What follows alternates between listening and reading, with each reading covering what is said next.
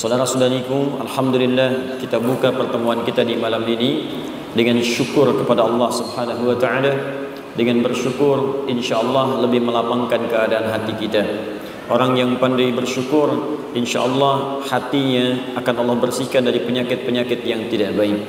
Orang yang pandai bersyukur insyaallah beban-beban kehidupannya akan diringankan oleh Allah Subhanahu wa taala. Orang yang pandai bersyukur insyaallah diberikan perisai sehingga syaitan tidak mampu untuk menggoda dan menjerumuskannya dalam kemaksiatan. Dan orang yang pandai bersyukur insyaallah dijamin oleh Allah Subhanahu wa taala untuk bisa kembali kepada Allah dalam keadaan yang baik dan mendapatkan surga yang dijanjikan. Karena itu mari kita bersyukur kepada Allah masih diberikan kesempatan hidup saat sementara yang lain telah kembali kepada Allah Subhanahu wa taala. Saya sering sampaikan, mungkin saudara-saudari kita berhusnudzon kepada Allah, mereka telah pulang kembali sesuai ajalnya karena bekalnya sudah dianggap cukup oleh Allah Subhanahu wa taala. Amal solehnya banyak, amal salahnya sedikit dan telah tertutupi oleh kemuliaan-kemuliaan hidupnya. Kita diberikan kesempatan hidup, barangkali kalau bukan karena mempertahankan amalan kebaikan yang telah kita tenun, mungkin untuk bisa menutupi dan menghilangkan keburukan-keburukan yang selama ini telah kita ciptakan dalam kehidupan.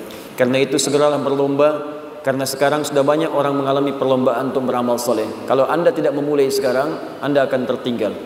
Saya 2 pekan ini sudah bertemu dengan orang-orang yang alhamdulillah mendapatkan hidayah dari Allah Subhanahu wa taala. Di antara mereka ada 2 yang dari kalangan pendeta kemudian masuk Islam. Hal pertama yang disampaikan oleh bagian yang pertama, amanatnya Anda itu sudah mendapatkan kenikmatan beragama yang benar, jangan sekali-kali keluar dari Islam. Karena saya berusaha menemukan keyakinan ini sampai dengan semaksimal mungkin dan saya dapatkan kenikmatan dan kebenarannya. Amanat yang kedua, ini bahkan seorang doktor S3, bahkan luar biasa kemampuannya untuk menggali kajian kitab suci, memutuskan kemudian masuk Islam dan menyampaikan ingin memulai hal-hal yang baru yang lebih baik dalam hidupnya. Anda bayangkan, ada orang yang barangkali dengan keislamannya bersyahadat, dosanya digugurkan oleh Allah Subhanahu wa taala dan dia masih merasa ingin mengumpulkan amal-amal saleh. Kita yang hidup sampai saat ini, berapa dosa yang kita kumpulkan di hari ini saja? Mata berapa kali mengoleksi dosa di hari ini? Telinga berapa kali mengumpulkan maksiat di hari ini? Lisan berapa kali mengumpulkan kesalahan di hari ini? Berkata yang tidak baik, ada ghibah, ada fitnah, ada hal yang buruk. Berapa kali kita bertobat di hadapan Allah Subhanahu wa taala untuk menghilangkan semuanya itu? Dan cara beramal soleh yang baik lantas kemudian diurutkan dalam Al-Quran dan hadis-hadis Nabi SAW. Ada amalan taubat, ada amalan solat. Ingat, solat itu kalau dikerjakan dengan benar, dia akan menggugurkan dosa-dosa yang terjadi antara solat satu dengan solat yang lainnya. Selain dosa besar yang membutuhkan taubat khusus. Itu nanti ada di hadis Muslim nomor hadis 233. Nabi menyampaikan as-salawat ila as-salawat, al-jumu'atu ila al-jumu'ah, wa ramadan ila ramadan, kafaratun bainahunna, kafaratun lima bainahunna. Awas hati-hati, malam takunil kabair. Kata Nabi, salat satu ke salat yang lainnya, Jumat ke Jumat, Ramadan ke Ramadan, akan otomatis menggugurkan dosa-dosa yang terjadi di antaranya sepanjang bukan dosa besar. Hati-hati teman-teman sekalian. Lidah yang kadang misalnya salah bicara, pikiran yang salah kemudian berpikir, mata yang salah melihat, itu kalau sholat kita benar gugur seketika. Gugur. Karena itu kalau dipanggil sholat, semangat. Karena dalam sholat itu ada pengguguran dosa. Kalau orang paham saat sholat dosanya bisa diampuni, tentu orang akan bergerombol, berlomba untuk menunaikan sholat sesuai dengan waktunya. Kalau orang mengerti kalau dalam sholat semua doa dikabulkan kalau kita minta dengan benar, orang akan semangat sholat. Kalau orang paham dalam panggilan solat saat azan itu ada kebahagiaan yang akan diberikan. Hayya 'alas shalah. Anda bertanya, kenapa solat? Hayya 'alal falah. Yang belum bahagia, kata Allah, saya berikan kebahagiaan saat kamu sujud. Kalau orang mengerti dalam solat ada kebahagiaan, dia akan tentu semangat menyiapkannya. Karena itu ada istighfar, ada solat, ada kemudian amalan lainnya, ada tahajud dan lain sebagainya. Tapi di antara sekian amalan itu ada sebagiannya yang diistimewakan oleh Al-Quran, bahkan langsung disebutkan dalam lisan Nabi SAW, seperti tercantum dalam hadis riwayat Al-Bukhari yang memuji satu amalan lewat lisan Nabi SAW. Imam Al-Bukhari itu tidak pernah berjumpa dengan Nabi SAW, tapi beliau kemudian mencari informasi yang tersambung kepada Nabi. Maka beliau pernah mendapatkan informasi dari seorang bernama Hajjaj bin Minhal. Hajjaj mendapatkan informasi dari Syu'bah. Syu'bah mendapat informasi dari Alqamah ibnu Marthad. Alqamah ibnu Marthad mendapat informasi dari Sa'ad bin Ubaidah. Sa'ad bin Ubaidah mendapat informasi dari Abu Abdurrahman As-Sulami. Abu Abdurrahman As-Sulami mendapat informasi dari Uthman bin Affan. Uthman bin Affan radhiyallahu taala anhu juga dari sahabat Ali bin Abi Thalib karamahullahu wajhah, dari Nabi sallallahu alaihi wasallam. Apa yang disampaikan oleh Nabi sallallahu alaihi wasallam? Perhatikan kalimatnya. Awas, saking pentingnya kalimat ini, kita mesti memahami dengan baik dan fokus ke dalamnya. Khairukum man ta'allama al-Qur'ana wa 'allamah. Khairukum, bila ada orang baik di antara manusia, maka kata Nabi, yang paling baik di antara kalian itu man ta'allama al-Qur'an, siapa yang mampu dan mau belajar Al-Qur'an. Dan kalimatnya menggunakan man, ismun mausulun ala fardiyatil 'amiyah. Huruf sambung yang menunjuk kepada objek, kadang-kadang subjek, dan dia menunjuk kepada sifat personal, tapi tanpa batas. Fardiyah, amiyah, dia personal tapi sifatnya luas. Artinya kalau setiap Anda ingin jadi orang baik, siapa Anda? Anda pejabat, ingin jadi pejabat yang baik. Anda pengusaha, pengusaha yang baik. Anda seorang anak, anak yang baik. Anda seorang ayah, ayah yang baik. Anda seorang ibu, ibu yang baik. Anda mahasiswa, mahasiswa yang baik. Jadi apapun profesi Anda, siapapun Anda, bagaimanapun sifat Anda, kata Nabi, kalau Anda ingin menjadi yang terbaik di bidangnya. Jadi kalau ada mahasiswa yang baik, ukurannya bukan nilainya, ukurannya ini, kata Nabi. Kalau ada seorang ayah yang baik, ukurannya bukan pemberiannya, tapi ini ukurannya nih, bukan infaknya, tapi ini yang akan disampaikan oleh Nabi. Kalau ada ustadz yang baik, bukan karena keilmuannya saja, tapi ini nih yang akan disampaikan oleh Nabi. Jadi kalau Anda mendapatkan yang disampaikan oleh Nabi ini, maka yakinlah dengan janji Nabi sallallahu alaihi wasallam ketika Nabi mengatakan orang ini akan menjadi orang yang terbaik dalam kehidupan. Khairukum, bila ada orang baik, maka yang terbaik di antara kalian man ta'allamal Qur'ana, siapapun yang mau belajar mengkaji isi Al-Qur'an wa 'allamah, kemudian dari pelajaran itu dia amalkan dalam kehidupannya, dia praktekkan sesuai dengan profesinya. Jadi teman-teman sekalian, mempelajari isi Al-Quran itu, sebelum kita mulai nanti bahasan yang kita kaji di malam hari ini, kita nggak akan ambil banyak. Mungkin kita akan biasakan ambil sebagian dari ayat-ayat pilihan untuk belajar, sesuai dengan kadar kebutuhan kita secara umum. Tapi kalau kita mau fair, objektif dalam mengkaji Al-Quran, untuk membaca sempurnakan, untuk menghafal sempurnakan Al-Fatihah sampai An-Nas. Tapi untuk mengamalkan isinya, ada dua jalan yang bisa ditempuh. Awas, pertama kata Abu Abdurrahman As-Sulami yang meriwayatkan hadis ini, akhadtul Qur'ana an qaumin, saya itu belajar Al-Quran dari sekelompok kaum, sekelompok orang. Maksudnya generasi sahabat ridwanullah alaihim. Bagaimana cara belajarnya? Setiap kami belajar, tidak pernah kami belajar kecuali mengambil 10 ayat dulu, paling maksimal. Dari 10 ayat ini kami berusaha mengamalkannya terlebih dahulu. Jika sudah mampu mengamalkan dengan sempurna, seperti kami kemudian dapatkan itu sesuai kemampuan, baru nyambung lagi ke ayat berikutnya, surat berikutnya lagi. Jadi itu yang diambil oleh para sahabat. Sampai-sampai kemudian sahabat bernama Abdullah ibnu Amr ibnu Al-As radhiyallahu taala anhuma mengatakan, kami belajar dari Nabi sallallahu alaihi wasallam Al-Quran, banyak orang yang hafal satu surah saja, tapi mereka punya kemampuan mengamalkannya dengan sangat luar biasa. Hafalnya satu surah, tapi mengamalkannya luar biasa. Dan apa lanjutan kata beliau? Saya khawatir di masa saya ini, ya kata sahabat junior Abdullah bin Amr ibn Al-As radhiyallahu ta'ala anhuma, saya khawatir di masa kini atau di masa yang akan datang, ada orang yang mudah menghafal Al-Quran, bahkan semudah meminum air. Kasyurbil ma. Minum air kan tidak ada sekatnya, ya, tidak ada nyangkutnya. Beda dengan makan durian. Kemut, masuk. Minum cendol, gigit, masuk. Minum air nggak ada. Syurbil ma, seperti minum air bening, nggak ada sekatnya. Masih nggak percaya? Buktikan. Bismillah. Bismillah. Alhamdulillah. Tidak ada sekatnya, langsung masuk. Ada orang yang menghafal Quran, itu seperti minum air, langsung cepat masuk. Tapi dia kesulitan dalam mengamalkannya. Kesulitan dalam mengamalkannya. Karena itu manhaj yang pertama dalam mempelajari Al-Quran ini, kita mesti bersabar. Sabar, sabar, sabar, dan kita pahami setiap hurufnya, setiap kalimatnya, sehingga mendapatkan pemaknaan sempurna untuk bisa mengamalkannya. Yang kedua, hati-hati. Boleh jadi setiap kita itu punya profesi yang beda-beda. Misal di sini ada pedagang, ada pengusaha, ada pejabat, ada mahasiswa.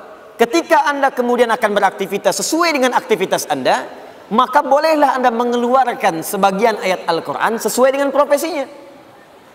Ini tidak harus semua ayat Quran kemudian Anda kaji, Anda dalami. Ambil sebagian yang Anda kemudian dapati sesuai dengan profesi masing-masing. Kalau baca sempurna Al-Fatihah sampai An-Nas. Hafalkan sempurna Al-Fatihah sampai An-Nas, 30 juz, 114 surah. Tapi ketika Anda ingin mengamalkannya, boleh-boleh saja Anda pilih sesuai dengan kadar aktivitas Anda. Kenapa teman-teman yang pengusaha tidak mengeluarkan ayat-ayat usaha dalam Al-Quran? Jadikan kurikulum kehidupan. Lihat hadisnya, praktekkan dalam hidup. Begitu manhajnya. Kenapa teman-teman yang mahasiswa tidak mengeluarkan ayat-ayat ilmu dalam Al-Quran?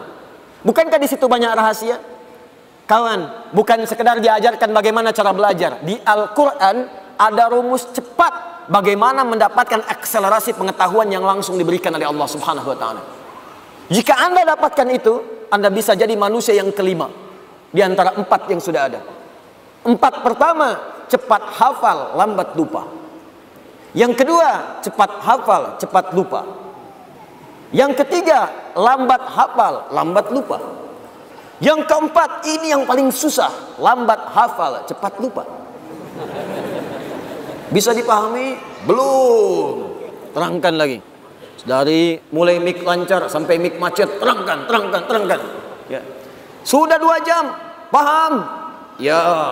Keluar dari masjid, lupa. 4. Yang kelima, ini yang luar biasa. Cepat hafal, dan sulit lupa.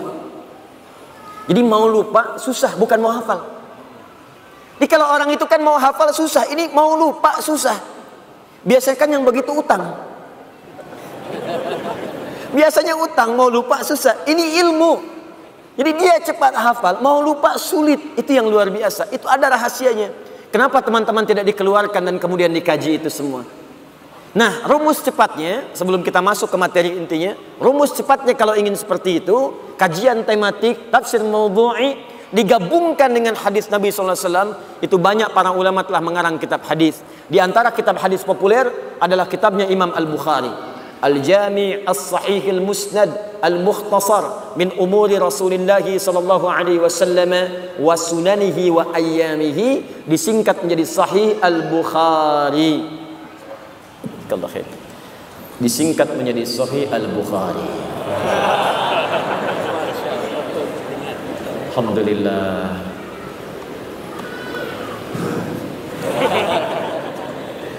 Nah, di Sahih Al-Bukhari ini itu sampai ada 97 pembahasan, 97 kitab, 97 topik. Dari kitab Bad'ul Wahyi, Kitabul Iman, Kitabul Ilmi, sampai ke Kitabul Imarah.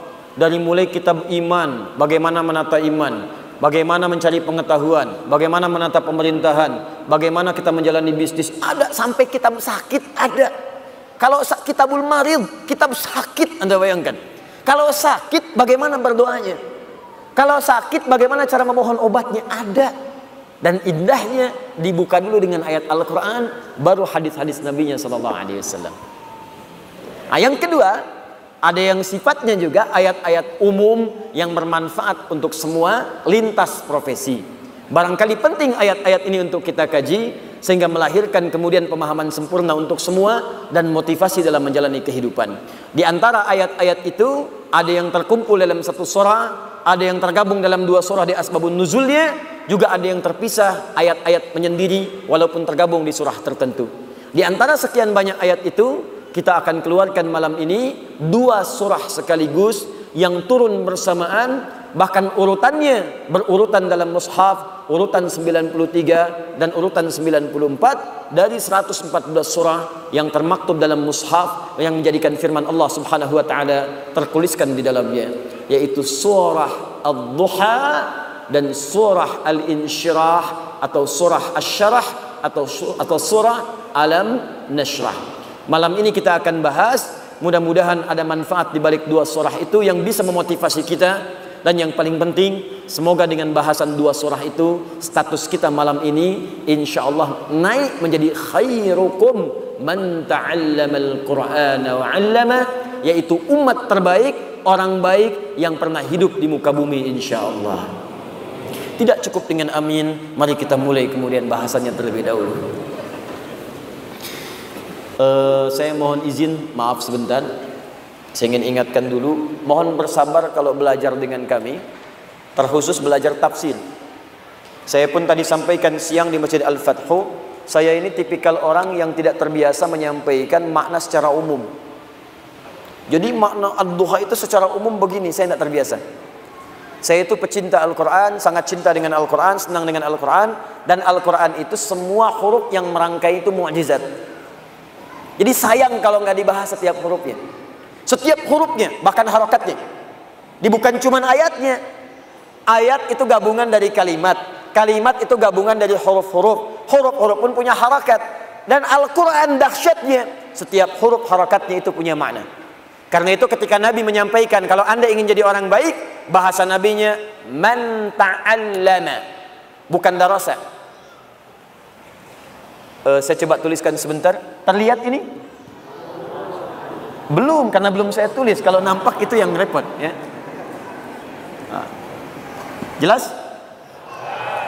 Jelas. Belakang kelihatan ini? Oh, tidak. Khairukum man.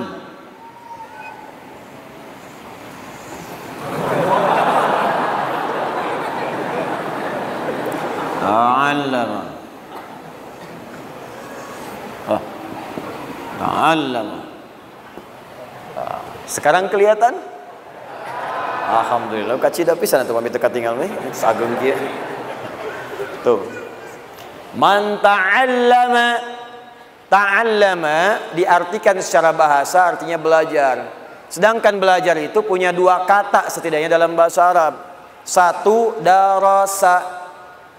Apa satu? Darasa. Dal, ra, kemudian sin.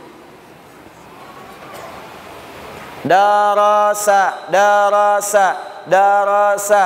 Diserap ke dalam bahasa Sunda. Ngaderes, ngaderes, ngaderes, ngaderes. Betul, banyak dari bahasa Sunda itu terambil dari bahasa Arab. Batnun, betul. Darasa, deres, ngaderes, ngaderes. Ngaderes itu artinya baca, belajar, belajar, belajar, baca. Ya. Dulu orang Sunda dengan orang Jawa bikin hadis palsu. Ya, bersekutu bikin hadis palsu. Bukan karena ingin bikinnya, dulu ingin menunjukkan bahwa hati-hati kalau belajar hadis mesti teliti, karena banyak hadis palsu bertebaran. Saking mudahnya bikin seperti itu, orang jadi semena-mena. Maka dalam ilmu hadis kalau belajar di Nusantara itu, di Indonesia khususnya, sering dicontohkan dua orang sepuh, syaikhan. Syaikh itu orang sudah sepuh. Kalau di ilmu hadis, Al-Bukhari dan Muslim. Dua orang bertemu, Sunda dengan Jawa, bikin rumusan hadis. Kalimatnya indah, gramatikalnya bagus secara nahwu. Afdalud dahri bi faisil laili, kucifa wa kurifa wa ubina hatta karusa udanghu. Fa idza bukhila fa duriba unuquhu talata marat hatta utiha. Rawahu Syaikhan. Secara nahwu sempurna, sorotnya bagus, i'rabnya tepat, harokatnya sempurna. Tapi maknanya enggak jelas. Afdalud dahri, dahar yang paling afdal. Bi faisil laili, dengan pais lede. Kucipa, kasih kecap sedikit. Wa kuripa, tambahkan kerupuk. Wa ubina, tambahkan abon. Hatta karusa udanguhu, sehingga terasa udangnya. Fa idza bukhila, apabila kebehelan. Fa duriba unuquhu, maka pungkulah punduknya talata marat 3 kali. Hatta utiha, sampai utah, sampai dia muntah. Nah, itu kalau di pesantren-pesantren suka disampaikan. Darasa itu artinya belajar dengan ringan. Tidak banyak tuntutan. Kalau tajwid baca dari iqra, ya baca naik lagi, naik lagi, naik lagi, baca sampai bisa baca. Tempat belajarnya disebut dengan madrasah. Madrasah. Madrasah. Pengajarnya disebut mudarris. Darasa, karena itu sekarang madrasah diartikan sekolah-sekolah yang sifatnya ringan. SD, madrasah ibtidaiyah. Tuh. Naik lagi madrasah yang ada di SMP ringan, karena anak SD belajarnya kecil-kecil. Ringan. Sedang. Dan jarang ada hambatan. Dalam kaidah ilmu lughah ada bacaan begini. Ziyadatul mabna tadullu ala ziyadatil ma'na. Kalau hurufnya bertambah, maka meluas pula maknanya. Huruf nambah, makna bertambah. Huruf meluas, makna meluas. Kalau diungkapkan dengan kalimat ini, darasa cepat. Itu artinya pelajarannya ringan, cepat, nyaris tanpa hambatan. Ringan, kecil-kecil. Tapi kalau kalimatnya berubah menjadi ta'allama. Tuh. Dari kata ilmu alima pakai ta, sebelum akhir pakai tasydid. Syiddah. Sesuatu yang dibuka dengan huruf ta dalam ilmu sharaf, di antara maknanya adalah sesuatu yang menunjuk pada usaha yang sungguh-sungguh, serius. Serius. Fokus. Kalau sebelum akhirnya ditambahkan tasydid, ada tasydidnya. Dari kata syiddah, sesuatu yang tidak mudah. Kadang-kadang butuh motivasi kuat, 2 kali lipat. Karena itu dibaca double, ta'allama. Perhatikan, untuk belajar Al-Quran ini, kalimat nabinya menggunakan kata ta'allama, bukan darasa. Kalau kalimatnya menggunakan darasa, tentu maknanya adalah sesuatu yang mudah, gampang, pelajari, gampang, mudah, selesai. Tapi ketika menggunakan kata ta'allama, seakan-akan Nabi ingin mengatakan, hei, kalau ingin jadi orang baik, itu tidak mudah. Mesti serius belajarnya. Ayo yang sungguh-sungguh. Jangan cuma baca, lihat terjemah, langsung paham. Tidak. Pahami dulu pelan-pelan. Lihat hurufnya, luruskan niatnya, serius. Dan tambah motivasinya. Karena jangankan belajar tafsir, untuk baca saja itu butuh kesabaran. Baca koran, baca info 1 jam bisa stabil. Baca Al-Quran 10 menit bisa ngantuk. Ada baru toha. Tuh. Jadi itulah keindahannya teman-teman sekalian. Karena itu kita bersabar, pelan-pelan kita akan baca. Kita mulai dulu dengan sebab turunnya surah Ad-Duha ini. Dalam Al-Insyirah, kenapa sebab ini turunnya 2 surah ini? Apa kemudian hikmah yang bisa diambil dari sebab turunnya ini, sehingga bisa memberikan inspirasi bagi kita semuanya. Kita mulai dari sini, baru kemudian kita ambil keterangan para ulama-ulama tentang tafsir atau makna dari surah Ad-Duha, dan bersamaan dengan Al-Insyirah, dan kita ambil imrahnya untuk kita terapkan dalam kehidupan kita. Kita mulai dengan bahasan yang pertama, kita padukan dulu dengan sebab nuzul turunnya surah Ad-Duha dan Al-Insyirah, terkait juga dengan turunnya surah Al-Mudaththir. Bismillahirrahmanirrahim. Ini baru kita mulai. Tadi muqaddimah. Setelah turunnya surah Al-Alaq, surah ke-96, Iqra bismi rabbikal ladzi khalaq, dan seterusnya ayat. Kemudian setelah itu ada jeda wahyu berhenti sementara turun kepada Nabi SAW. Setelah Nabi menerima wahyu Iqra sampai dengan 5 ayat, kemudian setelahnya beberapa ayat turun. Setelah itu ada jeda berhenti wahyu. Ada yang menyebutkan selama 40 hari. Ada yang menyebutkan selama 3 bulan. Dan ada paling panjang menyebutkan selama 3 tahun. Tidak turun wahyu. Sampai Nabi bolak-balik naik ke atas, kemudian Gua Hira turun lagi, nggak ada. Naik ke atas lagi, nggak turun-turun, balik lagi. Dan Gua Hira itu, Bapak Ibu sekalian, itu bukan sekedar tempat yang dikisahkan. Saya juga nggak ngerti sekarang guru-guru agama Islam, tolong ditajamkan pendalaman pemahamannya, ditajamkan pengajarannya, jangan sekedar disebutkan. Anak-anakku sekalian, Nabi itu menerima wahyu di Gua Hira. Ya Bu, sampai situ aja. Iya Pak, tunjukkan gambarnya. Itu dari rumah Nabi ke Gua Hira berapa jaraknya? Supaya mengerti, untuk mendapatkan sesuatu itu butuh perjuangan. Saya itu Pak napak tilas dari rumah Nabi SAW sampai ke tempat Gua Hira. Itu jaraknya kurang lebih 5-6 kilo. Jalan kaki itu 5-6 kilo diukur. Saya naik lagi ke atasnya 700 meter sampai ke atas. Sampai di puncaknya, guanya bukan di sini. Bukan naik ke atas langsung gua, turun lagi sedikit. Lalu saya naik tuh ke atas guanya, saya lihat sampai ke arah rumah Nabi itu. Tanda paling gampang, ada patokan jam yang sekarang jam besar itu Menara Zamzam, dekat situ. Saya lihat-lihat, Allahu Akbar, paling sedikit ada 5 bukit jaraknya. Ini Nabi itu untuk mendapatkan wahyu, sampai naik ke atas Gua Hira, itu beliau jalan, kan dulu kan gak ada sepeda. Motor mustahil, mobil gak ada, Gojek belum ada, Gokar kosong, Grab jangan kira, mimpi. Gak ada. Pilihannya cuma satu, jalan kaki. Jalan. Naik. Makanya fisik beliau itu kuat. Apakah sampai naik langsung ke atas? Tidak. Naik bukit dulu, turun dulu. Kadang-kadang ada badai, berhenti dulu. Sampai di bawah, Anda kalau mau coba ya, saya bermohon pada Allah, insya Allah yang berangkat haji tahun ini dari Jawa Barat, dari manapun, seluruh Indonesia, seluruh dunia, kita doakan dimudahkan oleh Allah Subhanahu Wa Taala, insya Allah. Yang belum berangkat mudah-mudahan disegerakan oleh Allah Subhanahu Wa Taala, insya Allah. Ya, ayo, ikhtiar. Nanti sampai di sana, coba Anda naik ke Gua Hira itu. Bukan sekedar naik. Kadang-kadang masih ada binatang. Ya, ada monyet sekitarannya. Yang kalau nggak dikasih makan, kadang-kadang nguntit Anda dari belakang. Kadang-kadang tas Anda diambil dan sebagainya. Saya membayangkan bagaimana saat ketika Nabi akan mengambil dan menerima wahyu itu. Naik, turun. Ini menunjukkan pesan bahwa untuk menemukan tempat yang baik itu, kadang-kadang butuh perjuangan. Kadang-kadang berkelok-kelok dulu, baru menemukan tempatnya. Untuk menemukan kedekatan dengan Allah itu butuh perjuangan. Kadang-kadang yang belum berjilbab ya akhwat, nggak seketika langsung berjilbab. Kadang ada pergolakan dulu. Kadang melawan dulu orang-orang yang menyoal. Kadang harus punya argumentasi sampai lapang, baru kemudian dikenakan. Untuk meninggalkan riba itu nggak mudah. Kadang berjuang dulu dengan keadaan diri. Kadang harus memerangi hal yang sudah matang sebelumnya. Untuk mendapatkan kenikmatan setelah itu nggak mudah. Kadang perlu naik ke atas bukit, turun lagi. Kadang kena badai, kadang kena pasir. Kadang harus meniti seperti naik Nabi ke Gua Hira. Tapi setelah mendapatkan anugerah Iqra bismi rabbikal ladzi khalaq itu, tak akan terasa bolak-balik. Walaupun harus naik turun gunung, naik turun gunung, naik turun gunung. Nikmat rasanya kalau sudah dekat dengan Allah Subhanahu Wa Taala. Biasanya begadang, sekarang ingin tahajud. Apakah langsung tiba? Belum tentu ya ikhwan.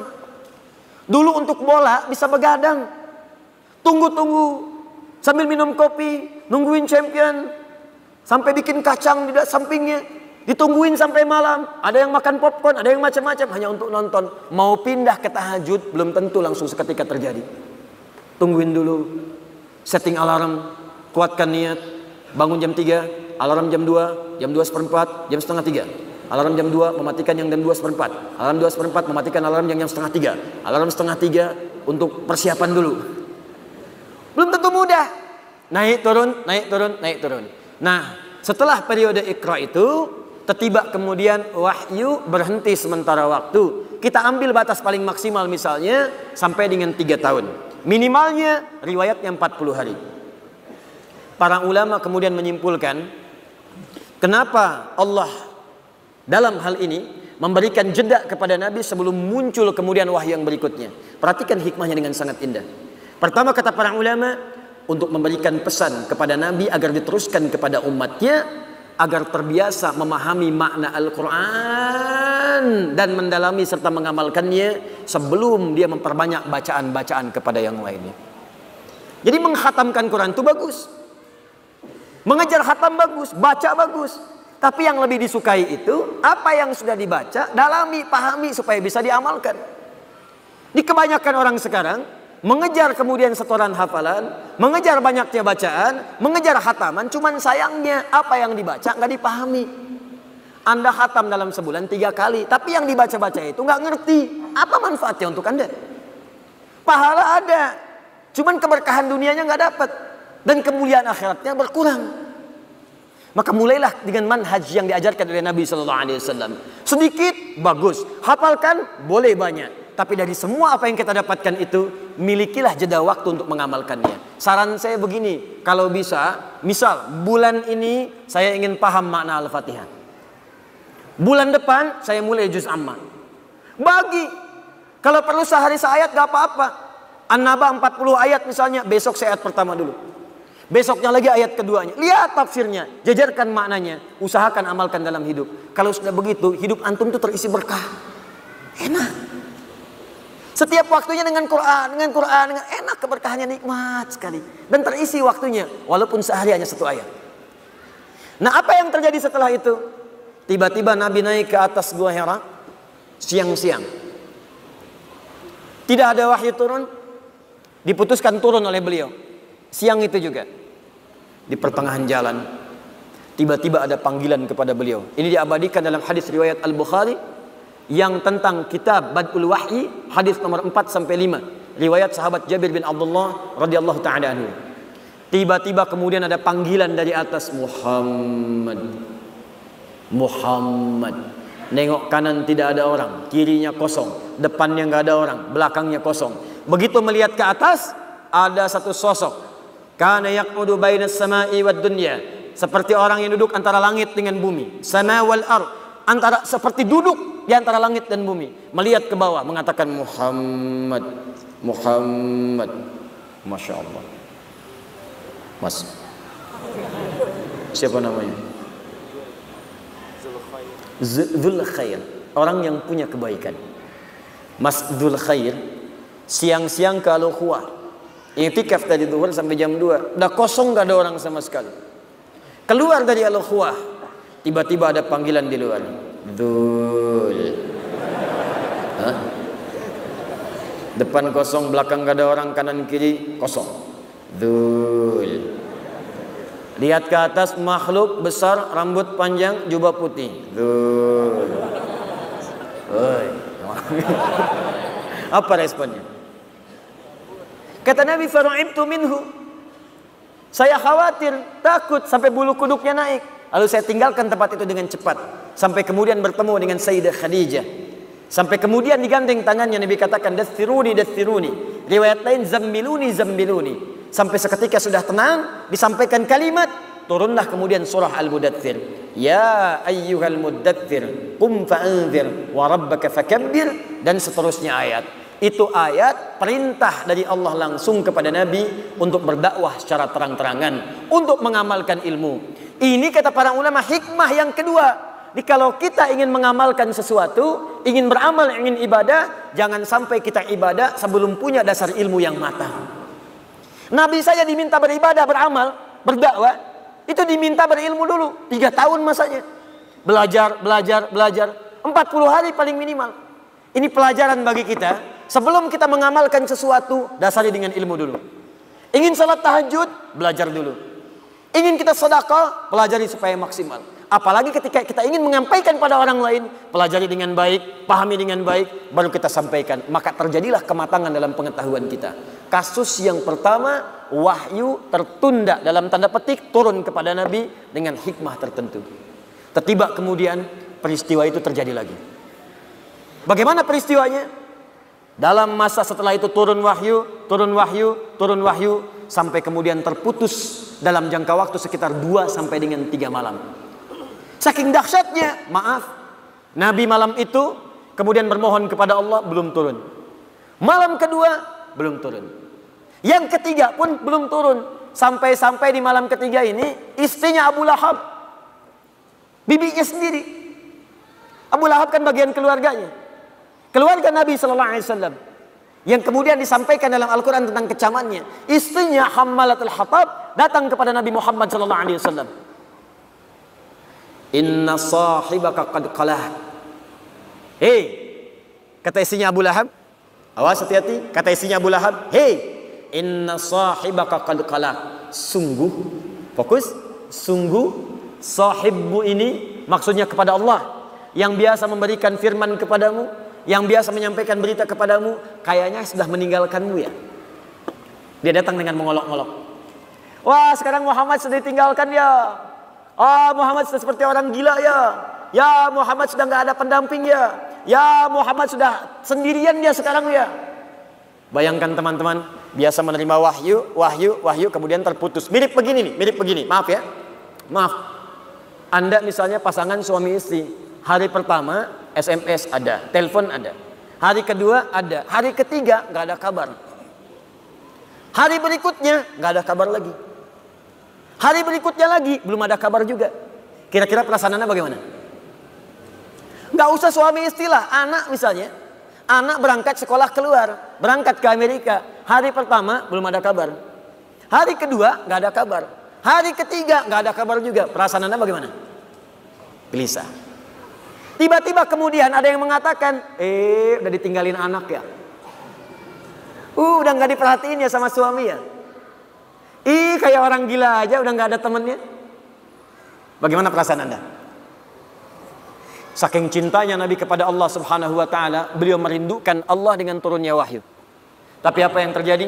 Wahyu belum turun, tapi yang didapatkan cacian yang tidak diduga dari orang-orang terdekatnya. Apa yang terjadi setelah itu dan apa hikmah terbesar dari kejadian itu? Nanti kita akan lihat settingan dari apa yang akan kita sampaikan pada malam hari ini setelah menunaikan salat Isya berjamaah. Saudara-saudariku, alhamdulillah kita telah menunaikan salat Isya berjamaah beserta amal dan amalan sunnahnya. Semoga salat kita diterima oleh Allah Subhanahu wa taala. Baiklah, Nabi sallallahu alaihi wasallam melewati fase yang kedua saat wahyu itu belum turun rutin seperti biasanya. Seperti halnya seorang yang sedang merasakan cinta dan kerinduan luar biasa, tentunya ingin selalu mendapatkan kabar, perhatian, dan juga hubungan yang rutin terjadi. Tadi kami contohkan ketika Anda mencintai seorang anak, bahkan itu anak satu-satunya, tapi kemudian sehari tidak ada kabar, 2 hari tidak ada kabar, 3 hari tidak ada berita. Tapi yang paling kemudian memekikkan adalah juga kadang-kadang memekakkan dan memberikan beban lebih berat daripada beban barbel yang diangkat, lebih berat dibandingkan daripada beban besi yang kemudian ditimpakan ke dalam pundak, adalah datangnya orang-orang terdekat yang tidak memberikan solusi. Sudah ada persoalan, tapi dia sibuk kemudian memberatkan masalah yang dimaksudkan. Bahkan hadir celaan-celaan kemudian dari lisannya, sampai mengolok-olok dan mengatakan, sekarang udah ditinggal ya. Kayak orang gila aja sendirian, harap-harap sesuatu tapi nggak dapat. Sekarang sudah nggak punya teman ya. Kalau yang bicara orang luar mungkin kita bisa abaikan karena tidak tiap hari bertemu dia. Tapi kalau yang bicara orang terdekat, bahkan hadir di samping rumah, bahkan punya status keluarga, itu yang beban paling berat dibandingkan dengan beban mengikut barbel. Itu beban paling tinggi, paling kuat dibandingkan dengan diberikannya besi ke atas pundak. Orang yang angkat barbel mungkin seketika bisa diangkat sampai ke kaki terasa beratnya, tapi bisa dilempar, selesai. Tapi kalau ada orang terdekat kemudian mencela Anda, orang terdekat memfitnah Anda, orang terdekat mengolok-olok Anda, orang terdekat menyebarkan aib Anda yang sebetulnya bukan aib pula, itu yang kadang-kadang berat untuk diterima. Di situ kadang kita merasa sedih. Ini yang terjadi keluarganya sendiri. Ini menariknya, tiba kemudian saat situasi itu terjadi di hari yang ketiganya, tiba kemudian Allah langsung turunkan 2 surah sekaligus. Termaktub dalam mushaf urutan 93 dan 94 langsung seketika. Jadi dua-duanya disebutkan satu penjamin, yang keduanya menyebutkan solusi. Bahkan beban itu langsung diisyaratkan seperti tadi kami ungkapkan. Wadduha. Bagian pertama surah 93-nya. Wal laili idza saja. Ma wadda'aka rabbuka wa ma qala. Ketika tadi keluarganya mengatakan inna sahibaka qad qala. Sungguh Rabbu sekarang, Tuhan itu yang kau pertuhankan itu sudah meninggalkanmu. Dijawab langsung, ma wadda'aka rabbuka wa ma qala. Walal akhiratu khairul laka minal ula. Wala sawfa yu'tika rabbuka fatarda. Alam yajidka yatiman fa'awa. Wa wajadaka dhallan wa wajadaka 'ailan fa ammal yatima fala wa ammas sa'ila fala wa amma bi ni'mati rabbika. 11 ayat langsung. Apakah berhenti? Tidak. Teruskan surah yang keduanya. Langsung disebutkan tentang beban yang terasa terpikul itu. Seketika dijatuhkan bebannya oleh Allah Subhanahu wa taala. Nanti kita bahas tafsirnya. Alam nashrah laka wa wada'na alladhi wa rafa'na fa inna ma'al fa idza faraghta wa ila rabbika. Allahu akbar. Dua surah ini kalau kita bahas dengan benar, tanamkan, hunjamkan ke dalam jiwa, maka orang yang bisa memahaminya dengan baik, demi Allah saya katakan, beban seberat apapun akan ringan terasa ia terima dalam hidupnya. Seakan hidup gak ada beban. Sepanjang dua surah ini dipraktekkan dalam kehidupan. Karena saya yakin setiap kita itu yang hidup pasti punya beban persoalan. Jadi jangan dikira wajah-wajah yang hadir saat ini, ada yang senyum, ada yang tertawa, belum tentu gak punya masalah.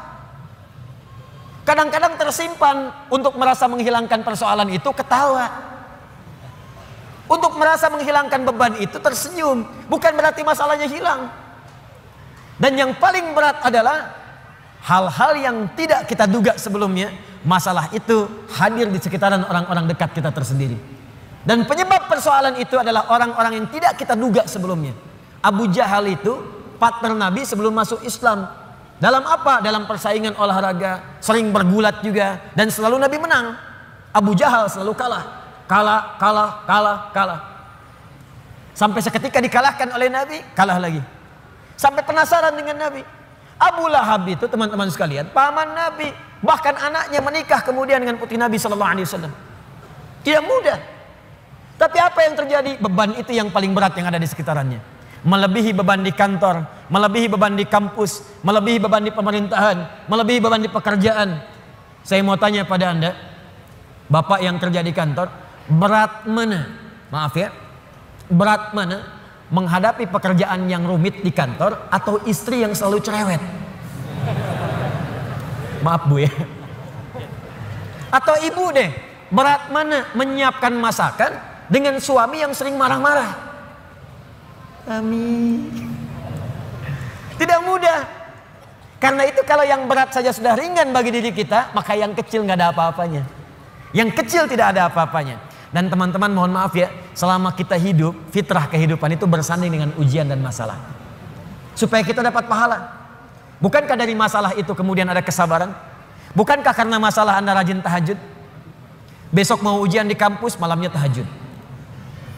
Silahkan cek. Besok mau promosi jabatan, baru baca Quran. Besok ada proyek mau lelang, baru puasa. Bukankah dengan semua itu bertambah ada motivasi untuk mendekat kepada Allah? Maka demikian pula hidup berbanding lurus dengan persoalan. Dan persoalan diberikan kepada kita bukan untuk memberikan beban, tapi supaya kualitas hidup kita meningkat. Hanya persoalannya bagaimana mengatasi persoalan itu terasa mudah ketika kita hadapi. Itu poinnya. Jelas sampai sini? Baik, mari kita mulai. Wadduha. Saya bersumpah kata Allah demi waktu duha yang menghadirkan cahaya yang penuh dengan kenikmatan. Wawunya sumpah, qasam. Misal, wallahi, ya. Kalau saya gunakan waw dengan kalimat Allah, wallahi ma ajidul mimhah qariban minas sabbar. Demi Allah saya bersumpah, saya enggak dapat penghapus ketika saya akan menghapus. Aina huwa? Di mana dia? Wallahi laqad kana lasiqan ma'as sabara. Demi Allah dia melekat tepat dengan papan tulisnya. Misal, gunakan waw untuk menunjukkan sumpah pada hal yang ingin dikuatkan, pada hal yang ingin diyakinkan. Dapat penghapusnya, kita hapus dulu. Saya hapus sebentar ya.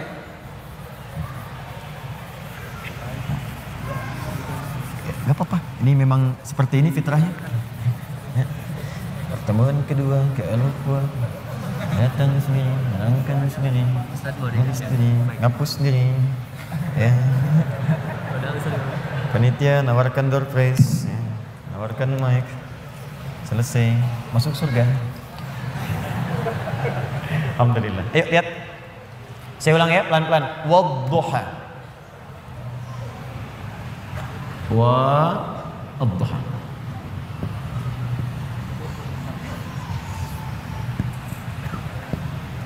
Fokus. Huruf waw dalam bahasa Arab itu setidaknya secara garis besar ada dua jenis. Satu disebut atof. Atof itu waw yang mengikutkan pada hukum sebelumnya.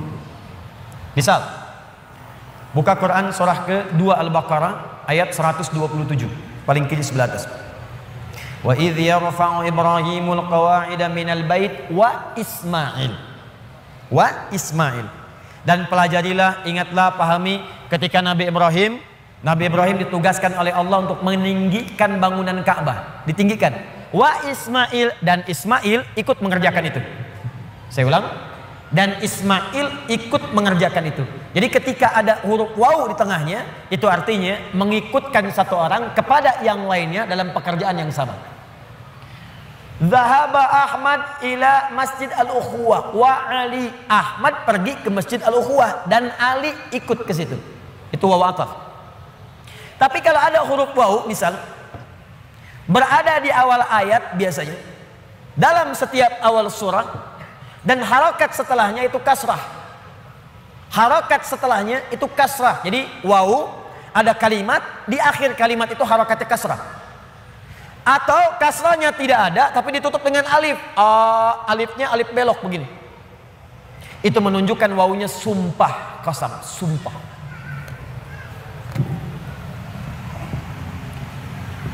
Saya ingin katakan pada Anda, kalau ada orang ragu kemudian saya bersumpah, bukankah sumpah itu bisa membuat ia lebih yakin? Bukankah sumpah itu ditujukan untuk menepis keraguan? Lihat baik-baik, manusia saja bersumpah Anda bisa yakin. Sekarang Allah itu enggak bersumpah pun pasti benar. Tapi kemudian dihadirkan sumpah. Kalau Allah sudah bersumpah, itu bukan sekadar ingin menyampaikan kalimat atau informasi, tapi Allah ingin memberikan komitmen dengan sungguh-sungguh dan menanamkannya ke dalam jiwa. Seakan-akan Allah ingin katakan, hei, saya bersumpah ya, saya komitmen, tanamkan pada jiwamu yang paling dalam. Wadduha, demi waktu duha yang cahayanya begitu menyejukkan, menenteramkan. Bukankah kalau waktu duha Anda keluar cahayanya enak? Ya? Nah, sumpah yang pertama ini ada yang memaknai dengan kalimat makna hakiki. Ini bersumpah dengan suasana alam yang sejuk. Tapi ada yang memaknai dengan kalimat majazi, kata kiasan. Muhammad, saya bersumpah, tanamkan pada hatimu yang paling dalam demi keadaanmu yang pernah mengalami ketenangan. Seperti halnya engkau merasakan cahaya duha. Demi kondisimu yang pernah merasakan sukacita, yang pernah enak, pernah nyaman, gak ada gangguan, persis seperti engkau berjemur dalam suasana duha. Bukankah kalau Anda keluar suasana duha enak? Dalam bahasa bebasnya, saya bersumpah demi ketenangan, kenyamanan, kesejukan yang pernah engkau rasakan dalam hidupmu sampai dengan sekarang, seperti merasakan cahaya duha. Walaili idza saja. Hati-hati. Dan saya pun bersumpah demi malam apabila telah datang gelap gulita. Demi malam apabila nampak gelap sehingga tidak terasa, tidak terlihat apa yang ada di sekitarannya. Ini pun bisa diartikan bahasa kiasan. Walaili idza saja. Maaf, kalau malam gelap itu terus cahaya tidak ada, lilin tidak ada, lampu sudah tidak ada, Anda ada dalam satu ruangan, kira-kira, mohon izin ya, maaf sekali, kira-kira benda-benda sekitaran kita nampak tidak? Tidak. Kalau sudah tidak nampak, bisa enggak menjangkaunya secara cepat? Meraba kan? Meraba. Ustadz, tapi gigi saya putih, kalau saya senyum ada cahaya. Tidak. Tetap pantulannya tidak akan menghadirkan optik yang sempurna. Maka ketika Anda ingin meraba, sulit. Ada orang, maaf ya, dihadapkan pada sebuah peristiwa, berat peristiwanya, seperti orang berada di tengah malam. Memang suasananya siang, matahari ada, tapi bebannya begitu berat sampai-sampai matanya terasa gelap, kayak orang limbung, jalan limbung. Pernah punya masalah di kantor, tiba-tiba baru datang, Anda dipecat. Oh, astagfirullah. Kenapa Pak? Jangan tanya alasannya, pulang saja. Padahal suasana siang, terang benderang, mataharinya juga terik, tapi seakan-akan kita mendapatkan sesuatu yang gelap. Pulang goyang. Ibu tiba-tiba baru nyampe di pengajian, dapat WA. Aku sudah tidak mencintaimu lagi. Oh, kenapa ini? Papa, apa yang terjadi? Apa mah? Ada SMS begini. Itu bukan nomor papa, mungkin salah. Tapi kalau itu benar, gelap. Jadi ada beban-beban tertentu dalam kehidupan yang terasa begitu gelap. Maka muncul kalimat walaili idza saja. Ataupun suasana yang engkau punya beban Muhammad, saking beratnya beban itu seperti engkau berada di pertengahan malam yang tidak ada cahaya. Sulit berjalan, sulit meraba, sampai ada beban di pundakmu. Ma wadda'aka rabbuka wa ma qala. Tanamkan dalam jiwamu, aku bersumpah kata Allah, dan ini komitmenku kepadamu. Baik engkau dalam suasana suka seperti waktu duha, ataupun dalam suasana punya beban yang sangat berat, tanamkan, yakinkan pada jiwamu, aku tidak akan pernah meninggalkanmu untuk selamanya. Jangan dengarkan perempuan itu yang berkata, Tuhanmu telah meninggalkanmu. Inna sahibaka qad qala. Dijawab langsung oleh Allah, ma wadda'aka rabbuka wa ma qala. Enggak akan pernah Tuhanmu meninggalkanmu, apalagi kemudian menjauhimu. Ini kata para ulama, ini manhaj yang pertama. Bila seseorang dekat dengan Allah dan selalu mendekatkan diri kepada Allah untuk bertakarrub, dekat sampai merasakan kedekatan dengan Allah, maka tidak ada yang paling menyenangkan dan tidak akan pernah merasakan beban dalam hidup, kecuali semuanya akan diringankan oleh Allah Subhanahu wa taala. Kecuali semuanya akan terasa ringan karena dia merasa dekat dengan Allah Subhanahu wa taala. Di bahasa singkatnya begini, kalau Anda dekat dengan Allah, baik dalam suasana senang tidak akan melalaikan. Biasa saja karena yang paling tingginya Allah. Dan kalau sedang punya musibah pun gak akan berpengaruh. Seberat apapun sepanjang Anda merasa ada Allah, demi Allah saya katakan, semua itu akan terasa ringan. Contoh, maaf ya, Anda sedang punya masalah sekarang, berat rasanya, gak mudah dirasakan. Tapi dalam hati Anda ada keyakinan kepada Allah. Tiba-tiba muncul kalimat, la yukallifullahu nafsan illa. Allah gak mungkin titipkan beban persoalan kecuali Anda sanggup menjalaninya. Jadi kalau orang-orang yang dekat dengan Allah, di hatinya ada Allah, dalam pikirannya ada Allah, ingatannya terhadap Allah, jadi yang lain itu terasa kecil. Ini berita langsung dari Allah. Kalau beban hidup kamu ingin ringan menghadapi persoalan, maka dekatkan dirimu kepada Allah. Maka dalam suasana suka engkau tidak akan lalai. Kan ada orang yang suasana suka dia lupa dengan Allah, sehingga gak sadar berbuat maksiat. Dulu waktu belum jadi direktur, olahraganya bersepeda. Jadi direktur, sekarang mulai main golf, jalan. Sekarang mulai punya sekretaris. Sekretarisnya perempuan. Banyak melihat sekretaris dibandingkan istri di rumah. Jalan. Pergaulan mulai meluas. Hati-hati. Kalau tidak ada manhaj rabbani, kedekatan dengan Allah dalam jiwa, itu bisa berpeluang untuk bermaksiat. Hati-hati. Bisa berpeluang untuk bermaksiat. Dulu belum terlalu kaya, pakainya sepeda, kadang jalan kaki. Sekarang datang mobil. Kalau nggak punya kedekatan dengan Allah, mobil itu kadang-kadang nggak bisa buka pintunya. Kalau belum dibukakan, nggak mau keluar. Kalau belum muter keliling komplek, belum afdol. Dulu ke masjid bisa jalan, jarak ke masjid cuma 10 meter. Habis punya Grand Max, bahkan ke IMAX, bahkan ke NMAX, motor. Jadi keliling komplek dulu 3 kali. Assalamualaikum, ayo Pak Haji ke masjid. Akhi ayo ke masjid, masih di dalam aja. Dia lupa yang di dalam itu lagi ke Cianjur, gak ada orang. Itu poinnya. Jadi jangan sampai saat kita berada di atas, maaf, lalai kita dengan kehidupan, sehingga menenggelamkan kita dalam apa yang kita dapatkan. Tapi yang lebih bahaya, jangan sampai ketika saat sedang punya persoalan, kita juga kemudian merasa berat dengan itu. Bebannya berat, limbung, bicara tidak terkontrol, makan tidak enak, tidur tidak nyaman, dan suasananya nggak menyenangkan, capek saja. Ada yang tiba-tiba naik ke atas tower, ada yang tiba-tiba naik ke atas tiang listrik, ada yang naik ke apartemen, mau bunuh diri takut, balik lagi gemetaran, dan seterusnya. Dan tidak ada kerjaan. Semua itu tidak akan pernah terjadi kalau Anda dekat dengan Allah Subhanahu wa taala. Di pelajaran pertama dari surah Ad-Duha di awal ayatnya, berusahalah selalu untuk mendekatkan diri kepada Allah Subhanahu wa taala. Orang yang dekat dengan Allah, orang yang dekat dengan Allah, maka akan dijamin oleh Allah langsung hidupnya, baik dalam keadaan suka ataupun sedang merasakan duka, tidak akan berpengaruh banyak pada dirinya, karena yang paling tinggi dan paling menyenangkan adalah kedekatannya dengan Allah Subhanahu wa taala. Jelas sampai sini? Baik. Jadi kalau dia sedang kaya, tahajud jalan, karena yang dirindukan tahajudnya. Lihat Abdurrahman bin Auf, Utsman bin Affan, Tamim Ad-Dari, kekayaan banyak, harta melimpah, kapak terbuat dari emas, malam masih tahajud teman-teman. Masih sempat baca Al-Quran. Utsman tuh sampai jadi presiden masih punya waktu untuk khataman Quran. Kan Utsman radhiyallahu taala anhu waktu terbunuh kan sedang baca Al-Quran. Masih puasa, saat itu sedang puasa. Anda bayangkan nikmatnya dekat dengan Allah, walaupun jabatan tinggi, yang terasa nikmat itu saat sedang beribadah kepada Allah, saat tahajudnya, itu yang dinanti.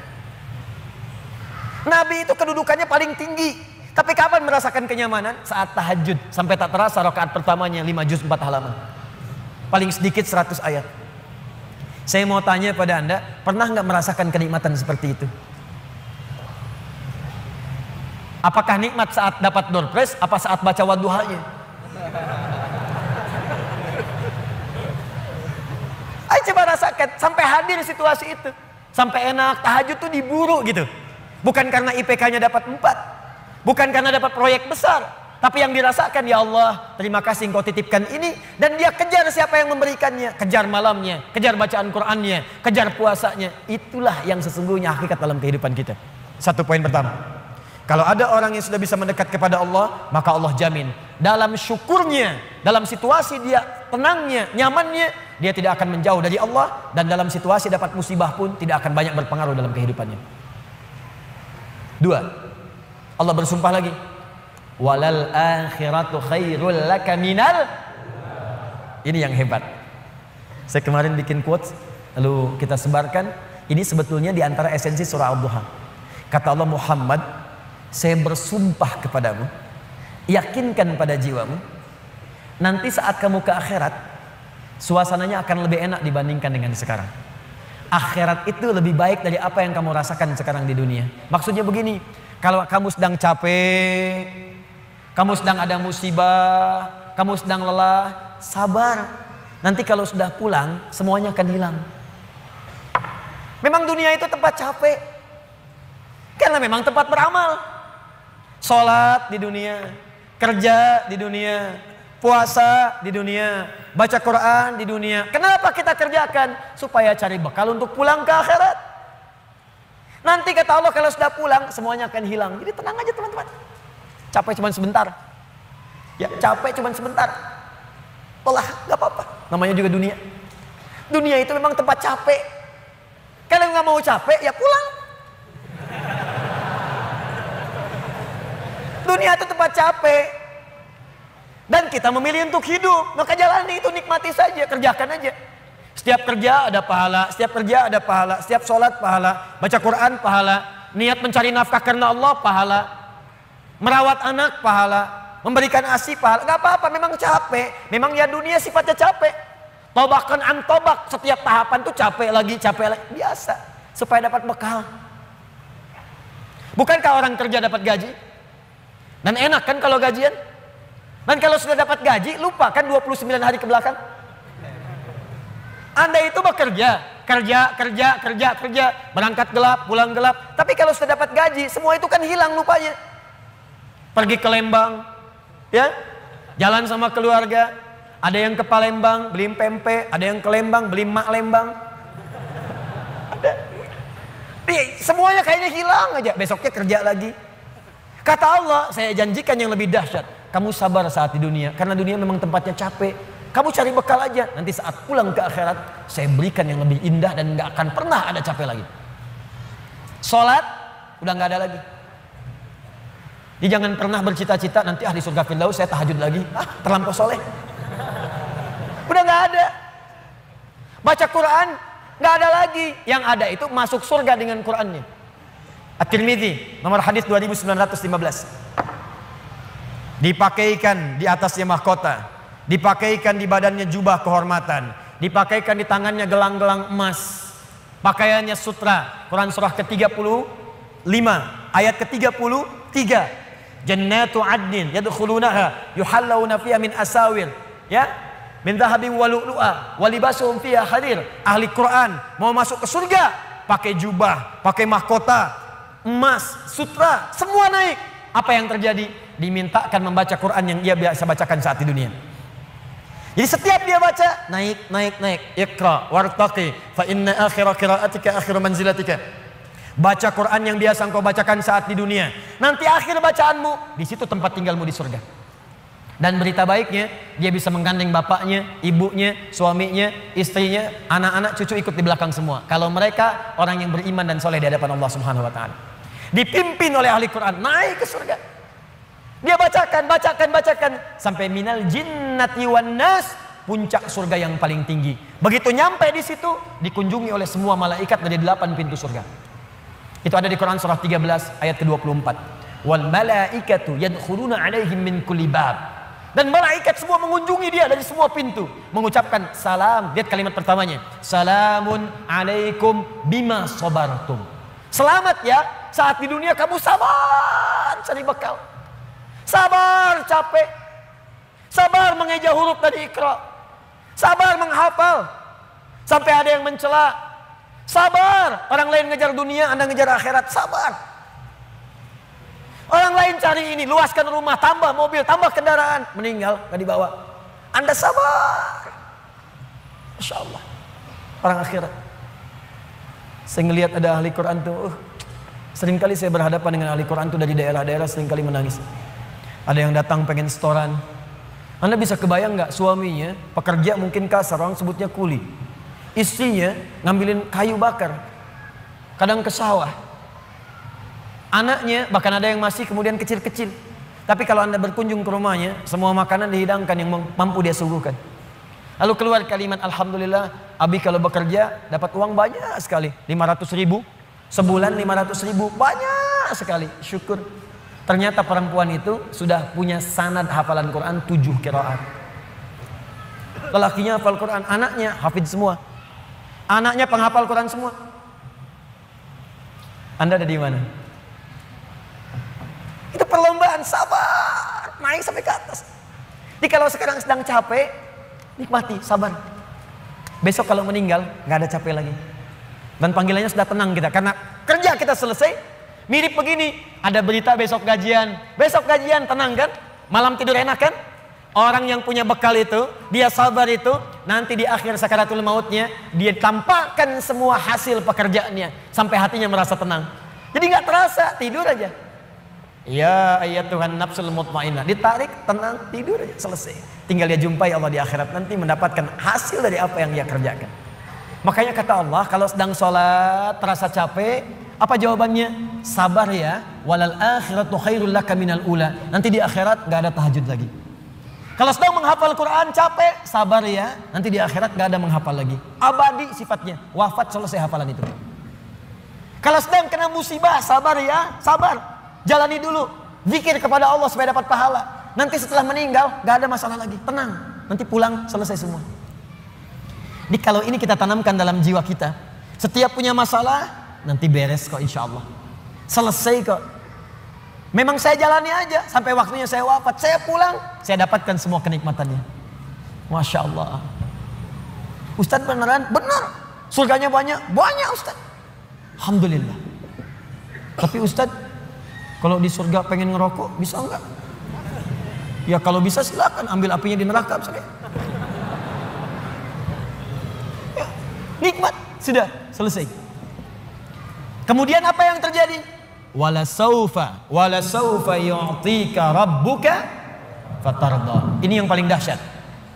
Nanti di akhirat kata Allah, kalau kamu sabar saat di dunia sekarang, Bu, Pak, sabar tahajud, sabar merawat anak, sabar sekolahkan mereka ke pesantren, sabar talaki Al-Quran, sabar berjamaah ke masjid. Anda kerja di pemerintahan, kerja jadi pegawai, ada yang berdagang, ada yang bisnis, sabar. Waktunya sholat, waktunya zakat, sabar. Nanti kata Allah, saat pulang ke akhirat, wala saufa yu'tika rabbuka fatarda. Saya akan berikan semua yang kamu inginkan sampai puas. Kaidah nikmat itu, kaidah nikmat. Semua bicara termasuk dalam Al-Quran selama hidup di dunia. Kaidah nikmat itu gak ada yang pernah puas. Saya ulang ya, nikmat itu gak ada yang pernah puas. Contoh, punya sepeda nikmat bukan? Punya motor nikmat tidak? Punya mobil nikmat tidak? Pertanyaan saya, ketika Anda dapat sepeda, apakah merasa cukup dengan sepeda? Kalau sudah dapat sepeda pengen apa? Sudah dapat motor pengen apa? Sudah punya mobil pengen apa? Pesawat. Garasi nggak punya. Nerbangin nggak bisa, masih pengen. Belum menikah pengen apa? Menikah. Sudah menikah pengen apa? Punya anak. Sudah punya anak pengen apa? Pengen cucu. Semua terus, jadi nggak ada puasnya. Nikmat itu terus pengen. Nanti di akhirat, kata Allah, nanti di akhirat saya akan berikan kepadamu sampai kamu puas.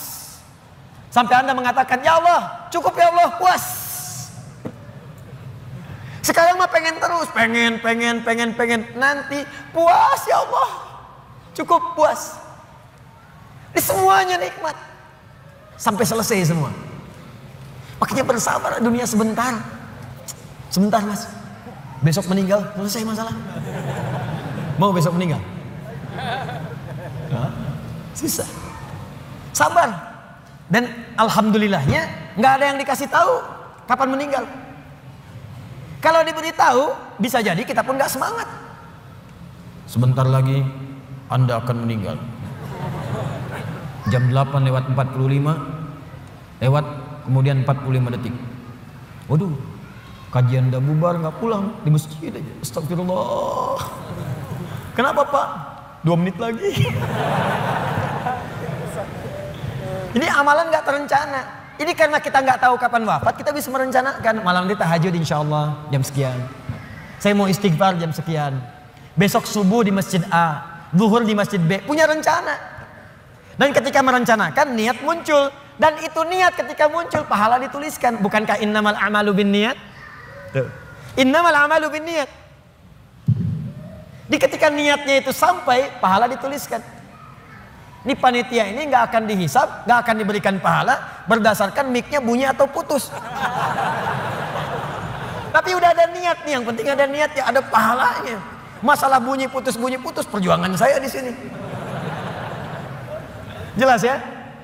Baik, wala saufa yu'tika rabbuka fatarda. Jadi gini maksudnya, kalau sedang capek, sedang lelah, apalagi kemudian beban itu datang dari orang-orang terdekat. Teman sekantor tiba-tiba misalnya nampak mengkhianati, ada mencela, ada macam-macam. Ingat Allah, maka Anda akan lapang. Ingat Allah, maka tidak akan ada beban. Dan ingat semua itu akan berakhir ketika kita wafat. Kalau itu ada dalam diri kita, maka demi Allah saya katakan, beban itu seberat apapun akan ringan. Ingat itu baik-baik. Wala saufa yu'tika rabbuka fatarda. Alam yajidka yatiman fa'awa. Muhammad, coba ingat-ingat. Kamu sekarang gak usah merasakan beban berat. Bukankah dulu pun aku buktikan kepadamu, saat engkau yatim, aku kirimkan orang-orang sekitaran untuk bisa memberikan perlindungan kepadamu. Lahir bapak tidak ada ibu. Ibu wafat usia 6 tahun, ada kakek.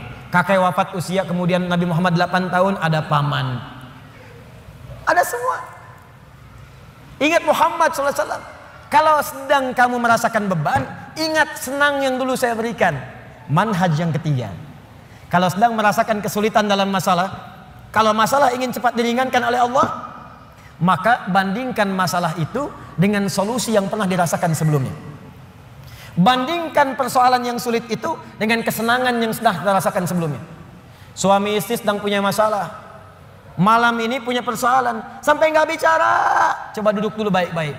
Ingat masa-masa senang ke belakang. 15 tahun berumah tangga, masa mau dikalahkan dengan masalah di satu malam?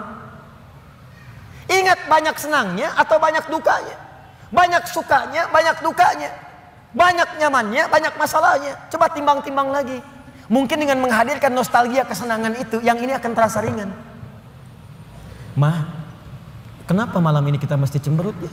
Bukankah kemarin-kemarin kita tertawa? Gara-gara papa semuanya. Gak apa-apa mah, memang gara-gara papa. Papa terima. Tapi mungkin Allah titipkan keburukan di papa itu karena mama bisa menyempurnakan. Mungkin Allah pilih mama itu adalah mama yang bisa membimbing papa lebih baik. Masya Allah. Oh gitu ya Pak ya. Mama bikin status dulu ya. Jadi kalau semuanya begitu enak rasanya. Tapi memang diucapkan mudah, menjalaninya belum tentu mudah. Ustadz juga begitu.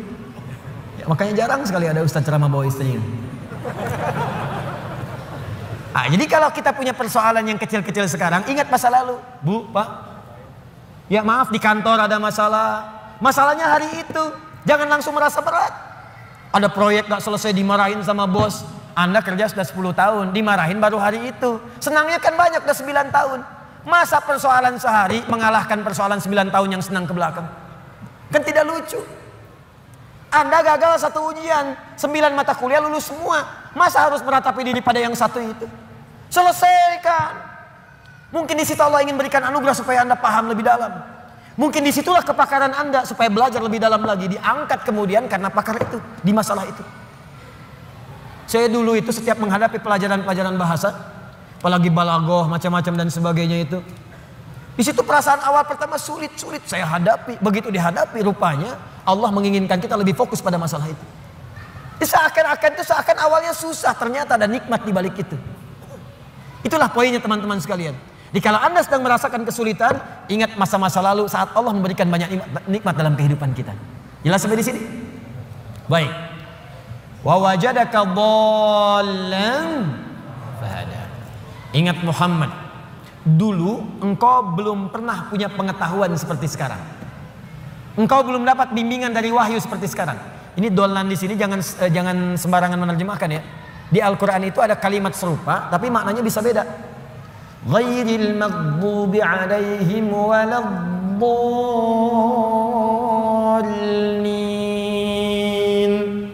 Maghdub yang tercela, maghdub yang terhina, dhalin di situ yang tersesat, tidak mendapatkan petunjuk Allah. Tapi kalau di surah Wadduha itu jangan diartikan tersesat. Bukan tidak mendapatkan petunjuk Allah, artinya yang belum mendapatkan bimbingan wahyu dari Allah Subhanahu wa taala. Bukankah dulu belum turun wahyu kepadamu?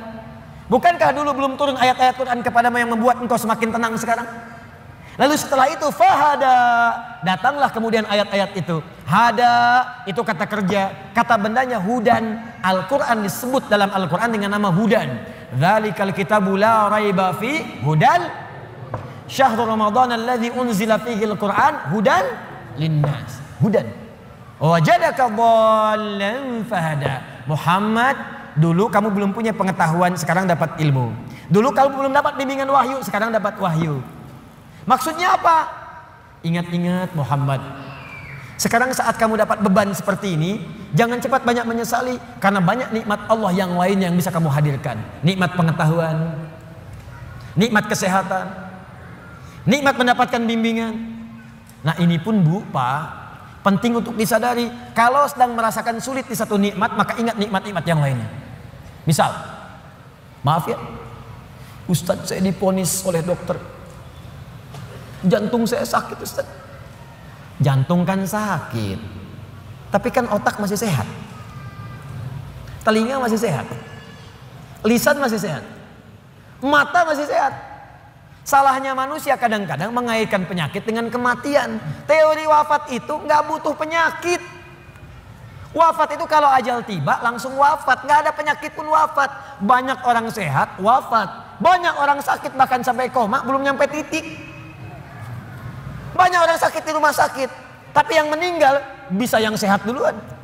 Karena kaidah untuk wafat itu bukan penyakit, ajal tiba. La yastakhiruna sa'ata wa la yastaqdimun. Quran surah 7 ayat 34. Ini kesalahan manusia itu kadang begitu. Divonis cancer, stadium 4. Waktunya tinggal sebulan lagi, nggak akan nyampe kalau belum nyampe. Nggak akan wafat kalau belum wafat. Nih saya kasih kisah nyata ya. Ini nyata betulan. Ada orang divonis sudah berat nih, penyakitnya dalam, sampai dokternya mengatakan ini nggak akan tahan daripada 2 pekan secara medis. Orang ini mau berangkat haji, udah muntah-muntah, udah macam-macam, dia paksakan berangkat. Sampai dia bawa bekal, nggak apa-apa lah. Ini pakaian ihram saya, ini kisah nyata, sekalian jadi kafan saya. Berangkat ke sana, bahkan keluarga sudah melepas dengan segalanya kalau wafat nanti di tanah suci. Apa yang terjadi? Sampai di sana berangkat haji, tawaf muntah darah. Berangkat lagi. Tawaf pertama kan umrah tuh, tawaf kudum, selesai. Sampai kemudian masuk wukuf di Arafah, sudah sepekan. Berjalan lagi. Lontar jumrah, naik sampai puncaknya pun teman-teman. Dalam hal mabit saja di Muna, orang bisa ngambil nafar awal. Kalau sakit nafar awal, bahkan ada yang ditanduk selesai pulang. Ini tidak. sampai diselesaikan nafar akhir 3 hari. Tanpa sadar sudah lewat 2 pekan di Mekah. Masih sehat. 3 pekan makin merasa enak. Pulang ke tanah air lebih daripada 25 hari pulang. Apa yang terjadi? Dicek lagi di dokter, ternyata penyakitnya hilang. Haji pulang penyakit hilang. Tiba-tiba bisa jogging, lari lagi di alun-alun, lari. Yang paling menyedihkan dan yang paling menggelikan, dokter yang memvonis Anda tinggal 2 pekan meninggal duluan. Dokter yang memvonis paling 2 pekan Pak, dianya meninggal duluan. Anda bisa bayangkan. Hati-hati Mas. Saya mah masih muda. Itu tuh yang banyak ubanan, udah bau tanah. Situ bau tanah, sini bau kuburan. Jadi kita nggak bisa menugak harap-harap meninggal di tanah suci, bisa kembali di tanah kusir. Harap-harap wafat di tanah kusir, wafat di tanah abang. Jadi bisa dimanapun, nggak bisa kita pilih.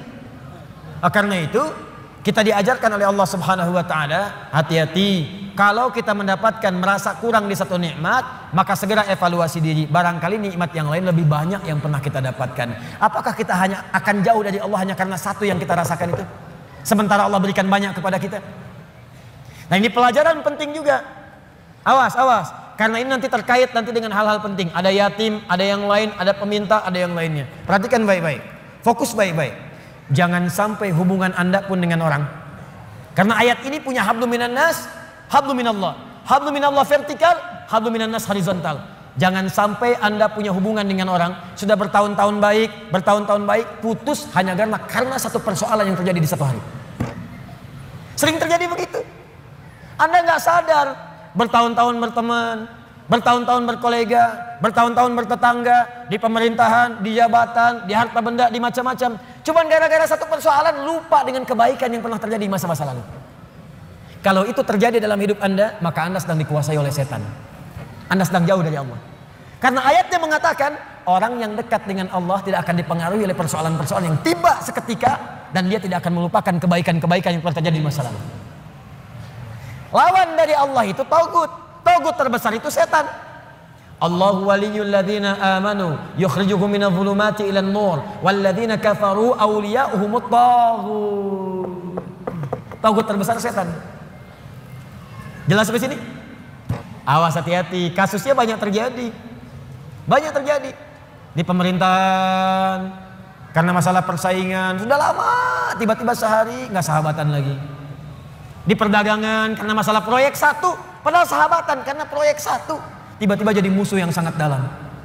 Bertetangga sudah puluhan tahun gara-gara pohon mangga, buahnya di si A, ya maaf pohonnya di si B, buahnya ke si A, jatuhnya ke si A melulu, ribut, nggak selesai. Ada kejadian begitu? Banyak.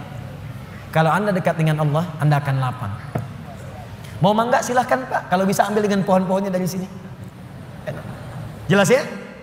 Baik, kalau sudah seperti itu, maka syukuri semua nikmat tadi. Fa ammal yatima fala taqhar. Muhammad sallallahu alaihi wasallam, dulu kamu pernah yatim, kamu dirawat, maka sekarang syukuri nikmat dengan merawat anak yatim. Nah, ini maksudnya, maaf sekali lagi, tolong hadirkan syukur sesuai dengan nikmat yang telah Allah berikan kepada kita. Contoh, Allah berikan nikmat harta, maka keluarkan syukur itu dalam bentuk harta juga. Rajin bersedekah, rajin berinfak. Ya, Allah berikan nikmat Al-Quran, maka berikan bentuk syukur dengan bentuk Al-Quran juga. Ke masjid imami, ajari murid-murid Quran, buka majlis ta'lim tentang Quran, itu bentuk syukurnya. Di ketika Nabi pernah yatim, dirawat oleh orang lain, kemudian kata Allah, wujudkan bentuk syukurmu dengan merawat anak yatim juga. Fa ammal yatima fala. Maka jika ada anak yatim, sayangi, sayangi, sayangi, sayangi. Wa ammas sa'ila fala tanhar. Kalau ada orang nanya, kamu kan Muhammad saya berikan ilmu, berikan Al-Quran, berikan wahyu, maka bentuk syukurnya setiap ada orang bertanya tentang ilmu, tentang wahyu, berikan kepadanya. Berikan. Jangan tutupi. Sesuai dengan kadar kelapangannya. Maka itulah prinsipnya, kalau kita ingin bersyukur dan ditambah nikmatnya oleh Allah, setiap diberikan nikmat, maka cepat syukuri nikmat itu sesuai dengan fungsinya. Kalau harta, sedekah. Kalau ilmu, ajarkan. Kalau Quran, tampilkan. Demikian seterusnya. Kalau Anda hidupnya begitu, ringan kita. Terima kasih, terima kasih, terima kasih. Jadilah terima kasih. Enak. Dan gak akan ada beban. Ini saya bingung deh. Kadang-kadang cuman karena rebutan mobil, rebutan motor berkelahi, dua-duanya meninggal. Motornya gak ada yang dapat. Cuman karena rebutan minum, berkelahi, rebutan lahan. Kemarin ada orang rebutan lahan sampai berkelahi, bacok-bacokan. Ada yang pakai golok sampai meninggal, sekian wafat, sekian luka. Aduh, ketika meninggal dapat apa? Tanahnya nggak dapat, lahannya nggak dapat. Apa yang didapatkan meninggal? Yang dibunuh meninggal, yang membunuh meninggal. Dua-duanya wafat. Cuman statusnya beda di hadapan Allah. Karena itu jangan berlomba dengan urusan dunia, capek. Nggak elit, nggak keren. Wafatnya nggak dapat apa-apa. Setelah itu baru kan bicara kepada diri Anda. Nah, ini bagian terakhir. Wa amma bi ni'mati rabbika. Bagian terakhir. Dan kalau Anda mendapatkan nikmat dari Allah Subhanahu wa taala, untuk menguatkan dan mensyukuri nikmat itu, boleh Anda kemudian membincangkan nikmat itu.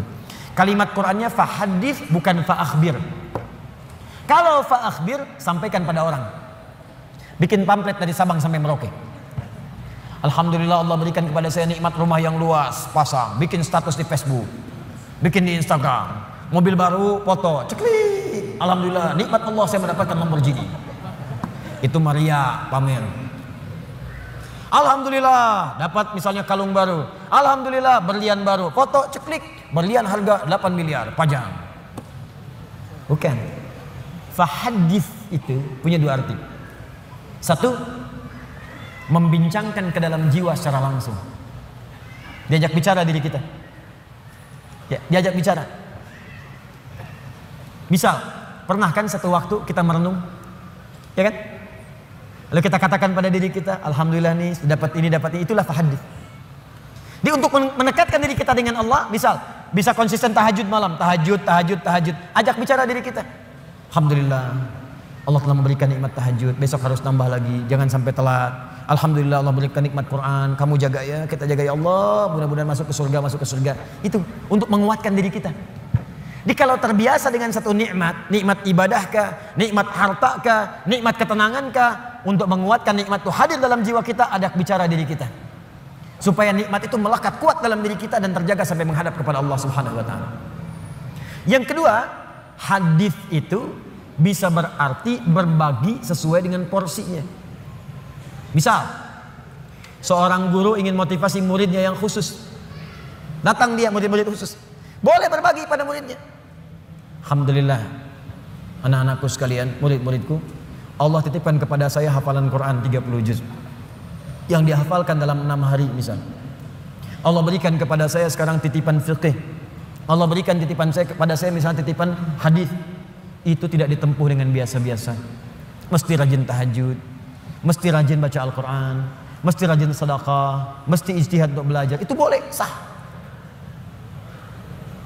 Kalau ingin bisa disampaikan pada kalangan umum dan dikhawatirkan terlibat riya di situ, tidak sanggup dia menerimanya, maka sampaikan dalam bentuk yang umum. Alhamdulillah Bapak Ibu sekalian, kita sudah mendapatkan nikmat dari Allah seperti Allah juga berikan nikmat kepada saya. Seperti mungkin Bapak Ibu lihat, alhamdulillah. Bapak Ibu juga punya nikmat dari Allah, alhamdulillah. Seperti halnya Allah berikan kepada saya juga kepada Bapak Ibu sekalian. Itu fahadits namanya. Disesuai dengan konteksnya, sesuai dengan keadaan orang yang diajak bicara. Di fahadits itu bukan kemudian mengupload nikmat di Facebook, mengupload harta benda di Instagram, lalu Anda tuliskan di situ rumah baru, fa amma bi ni'mati rabbika fahadits. Bukan begitu maknanya. Pulang dari haji boleh. Saya kumpulkan tetangga untuk berbagi zam-zam, nggak usah bicara, zam-zamnya dibagi, kurmanya dibagi. Wa amma bi ni'mati rabbika fahadits. Mau berangkat boleh, minta doa, ya, datang misalnya, bagikan makanan misalnya sedekah, setelah itu minta doanya, boleh silakan.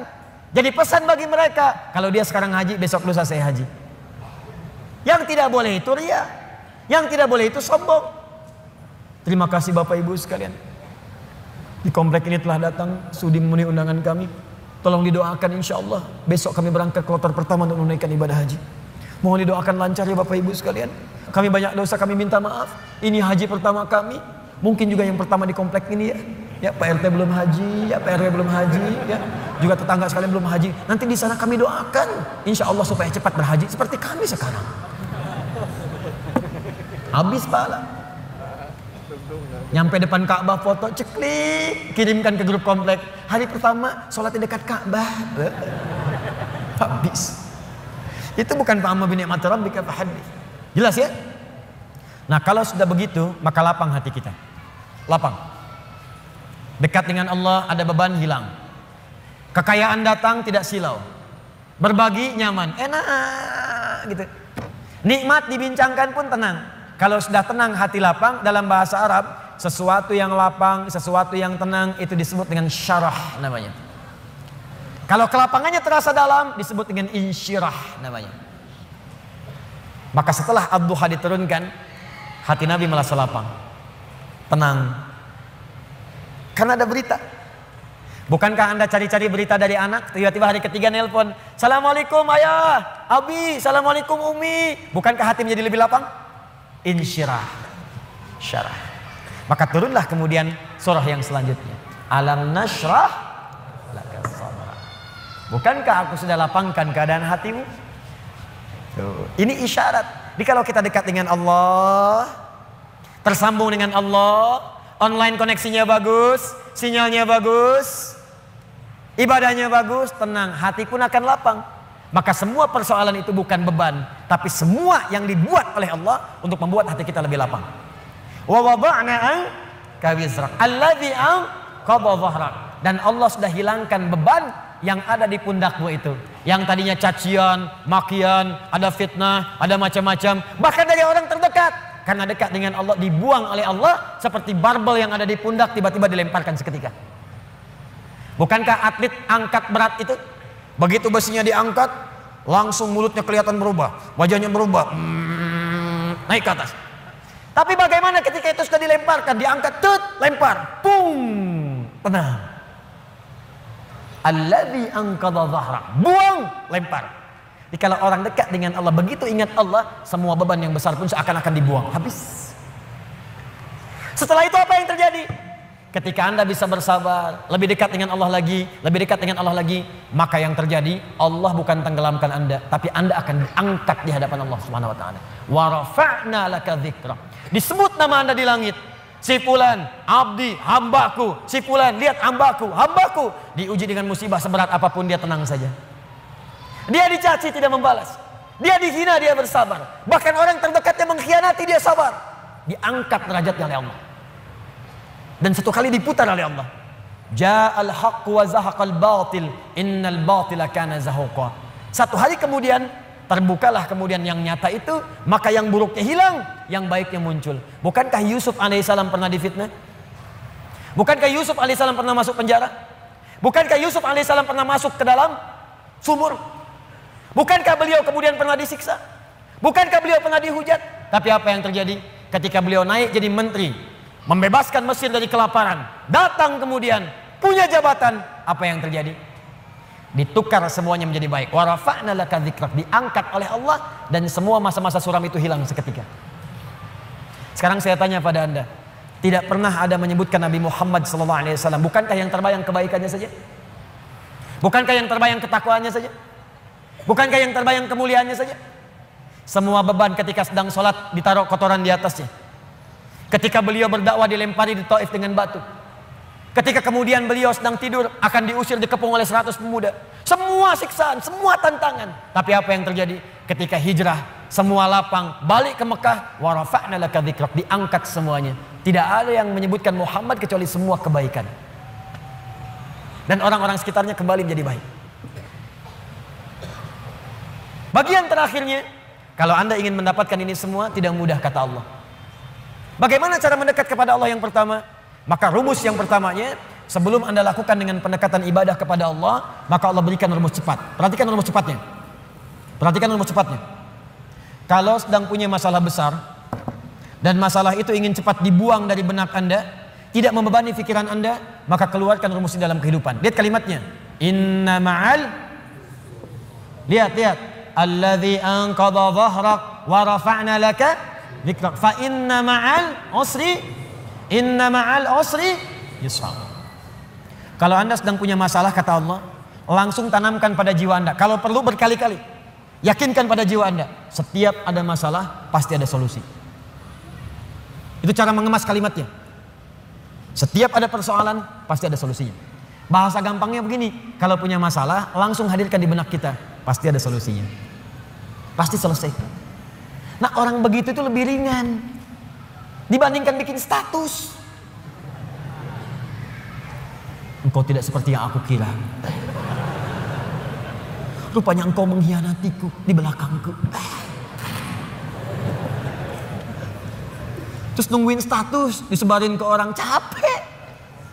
Ping, dibaca. Kunaon, cek? Itu biasa we. Abi mah sabar. Capek. Buat apa? Yakinkan Allah tidak akan menguji saya kecuali saya sanggup. La yukallifullahu nafsan illa wus'aha. Yang kedua apa? Inna ma'al usri yusra. Ini pasti selesai. Nih catat kalimat saya. Catat baik-baik. Dalam bahasa Arab, usrun itu kesulitan yang paling pekat, sangat sulit. Kalau kesulitan relatif namanya su'bun su'ubah. Bagi si fulan sulit, bagi yang lain mudah. Su'bun. Tapi Allah tidak pernah mengatakan begini, inna ma'as su'ubati yusra, enggak pernah. Kalau su'bun, si fulan gampang, yang lain susah. Saya tanya begini deh, maaf ya. Bahasa Arab itu susah atau gampang? Susah. Kata siapa? Saya tinggal di beberapa negara di Arab, cukup lama di sana. Saking gampangnya bahasa Arab, anak-anak kecil begini bisa bahasa Arab.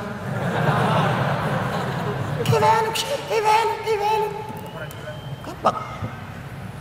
2010 saya di Mekah. Lewat kemudian. Setelah itu tugas datang berangkat lagi. Ke arah Anjum, ada hotel Anjum sekarang, bintang 4 tapi bagus. Di pelataran haram ada orang duduk. Dia itu sakit. Sakitnya sarafnya.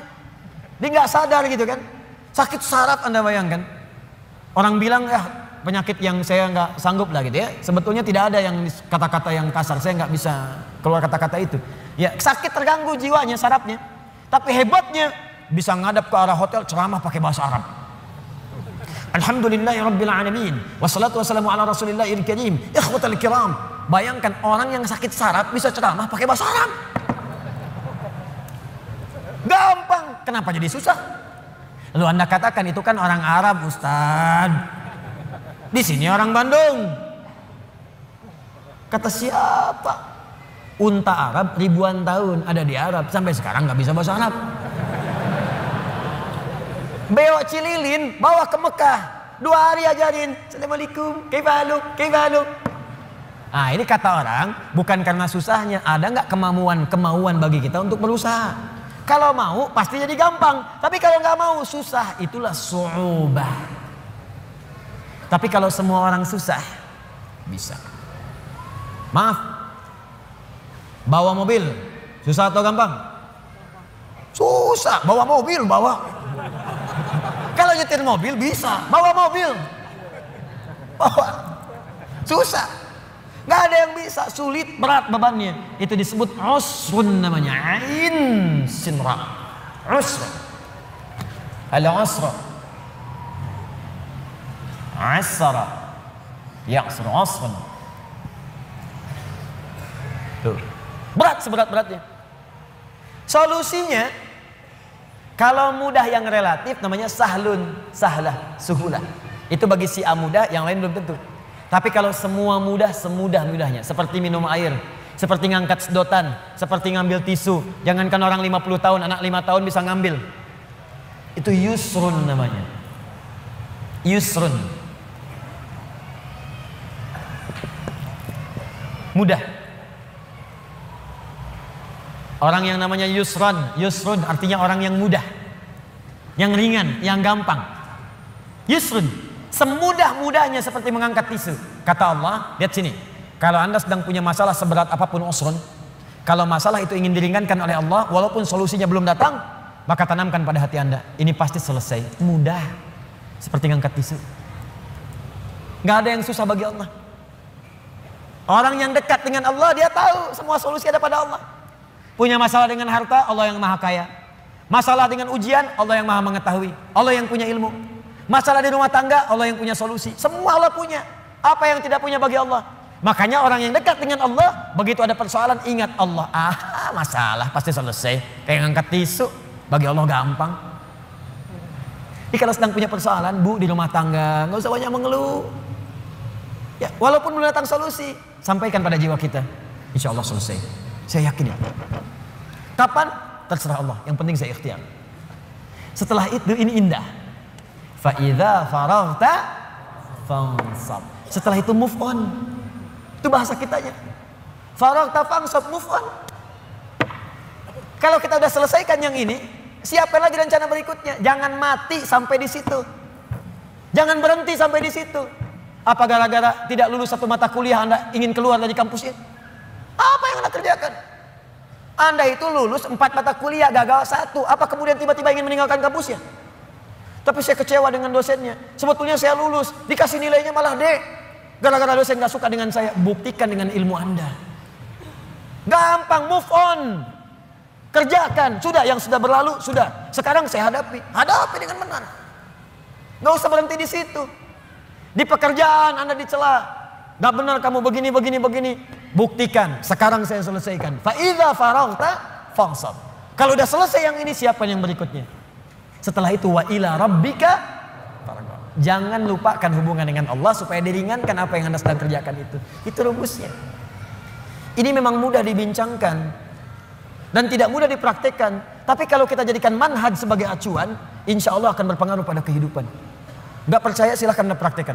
Keluarkan rumusnya sebagai kesimpulan. Pertama, kalau sedang punya persoalan, yakin Allah akan menolong kita. Yang kedua, ingat baik-baik. Setiap ada persoalan, selalu ada solusinya. Yang ketiga, selalu lapangkan hati kita dalam menerima cobaan apapun. Yang keempat, cepat move on. Kalau ada masalah, selesaikan, hadapi, serahkan semua kepada Allah hasilnya. Setelah itu, siapkan rencana-rencana kita berikutnya. Kalau hidup kita begini, kita akan teratur dan tidak akan disibukkan oleh celaan dan tantangan yang hadir dari sekitaran kita. Antum jalan aja. Paham? Ini tuh seperti sederhana, dibaca tiap waktu. Suratnya dibaca saat maghrib, dibaca saat isya. Mana buktinya? Baru baca wadduha, setelah itu sudah mengeluh. Wala sawfa yu'tika rabbuka fatarda, sampai ujungnya wa amma bi ni'mati rabbika fahaddits. Assalamualaikum warahmatullahi wabarakatuh. Assalamualaikum warahmatullahi wabarakatuh. Kenapa akhi? Masalah saya belum selesai. Sabar, terapkan. Jelas sampai di sini? Nah, karena itu kesimpulan dari materi kita malam hari ini, pertama, selalulah mendekat kepada Allah Subhanahu wa taala agar hidup kita lebih mudah. Saya ulang, selalulah mendekat kepada Allah Subhanahu wa taala agar hidup kita lebih mudah. Yakin, Pak, Bu, yakin. Allah itu pencipta kita, Allah yang punya solusi dari semua masalah kita. Anda dekat dengan Pak Wali Kota, pekerjaan Anda mudah di kota. Anda dekat dengan Allah, apa yang tidak mudah bagi Allah? Anda kan kalau keluar dari Bandung sulit juga. Pejabat di kota Bandung masuk kabupaten belum tentu bisa mudah. Pejabat di Jawa Barat masuk ke Sumatera belum tentu mudah. Pejabat di Indonesia masuk ke Afrika belum tentu mudah. Anda dekat dengan Allah, di mana batasan Allah? Gak ada. Dimanapun Anda mudah. Meninggal mudah. Ya ayat Tuhan nafsun mutmainnah. Hei jiwa yang tenang, ayo cepat pulang. Mudah. Masuk alam kubur mudah. Quran surah 3 ayat 169 sampai 172. Ya. Wala tahsabanna alladziina qutilu fi sabilillahi amwata bal ahya'un 'inda rabbihim yurzaqun. Mudah. Kembali ke Allah hari kiamat mudah. Yauma yub'atsu hayya. Quran surah ke-19 ayat 15. Masuk surga mudah. Mudah. Salamun alaikum bima sabartum. Tinggal masuk. Dekat dengan Allah dimanapun akan terasa mudah. Nah, karena itu PR kita malam hari ini coba susun rencana. Ibadah apa yang bisa kita kerjakan secara mudah supaya kita bisa lebih dekat dengan Allah Subhanahu wa taala. Ibadah apa saja secara bertahap yang bisa kita kerjakan untuk membangun kedekatan dengan Allah. Misal, maaf ya, nggak harus semua dikumpulkan dulu. Keluarkan satu-satu. Anda mau mulai dari sholat dulu. Keluarkan semua bentuk sholat. Sholat sunnahnya, rawatibnya, sholat duhanya, syuruknya. Nanti besok satu-satu mulai kerjakan. Jangan semuanya dulu. Tahajud pengen langsung 11. Memang bangunnya jam 2, sholatnya sampai jam 3, tidur lagi, bangunnya jam 8. Pakai rumus Nabi 2 rakaat dulu, witir 1 rakaat. Gitu dulu. Nanti latihan lagi besoknya, latihan puasa. Jangan langsung ke puncaknya dulu. Saya pengen langsung jadi hamba yang paling beriman. Puasa Daud. Masya Allah. Senin puasa, Selasa tidak. Rabu puasa, Kamis tidak. Jumat, Sabtu, Ahad, Senin, Selasa, enggak lagi setelahnya. Banyak tidaknya dibandingkan puasanya. Senin dulu. Mulai selama sebulan. Sudah enak tambah Kamis. Mulai sebulan lagi. Sudah enak tambah Ayyamul Bid. Mulai di bulan itu. Sudah enak puasa Daud. Oh gitu Ustadz ya. 5 waktu dulu ya Ustadz ya. Tambah rawatib. Kalau sudah enak sholat Daud ya Ustadz ya. Apa itu sholat Daud? Subuh sholat, duhur tidak. Asar sholat, maghrib tidak. Tidak. Paham ya? Nah coba latih. Nanti kalau sudah enak semuanya itu akan terasa sendiri. Terasa nikmat. Dunia itu. Saya kadang-kadang suka ketawa sendiri. Lihat orang rebutan jabatan, rebutan mobil, rebutan kendaraan, rebutan kamera, rebutan. Saya suka ketawa sendiri, ngapain? Ntar pulang meninggal juga. Wafat. Dipulang bahkan dengan rebutan sendal. Ngapain? Ya ingat ya, saya tekankan nih. Anda mau keluar, kalau mau pikir-pikir ngambil sendal orang, ingat wafat. Wafat. Samping masjid pakai sendal orang, wafat. Ingat tuh. Gak jadi Anda. Gak jadi. Ya, ingat tuh kalau sedang jadi pejabat pengen tanda tangan, ditawarin tuh. Ya, disuruh korupsi, disogok, ingat wafat. Wafat. Begitu mau dikasih, ngasih apa tuh? Ada fee Pak. Wafat kamu sekarang.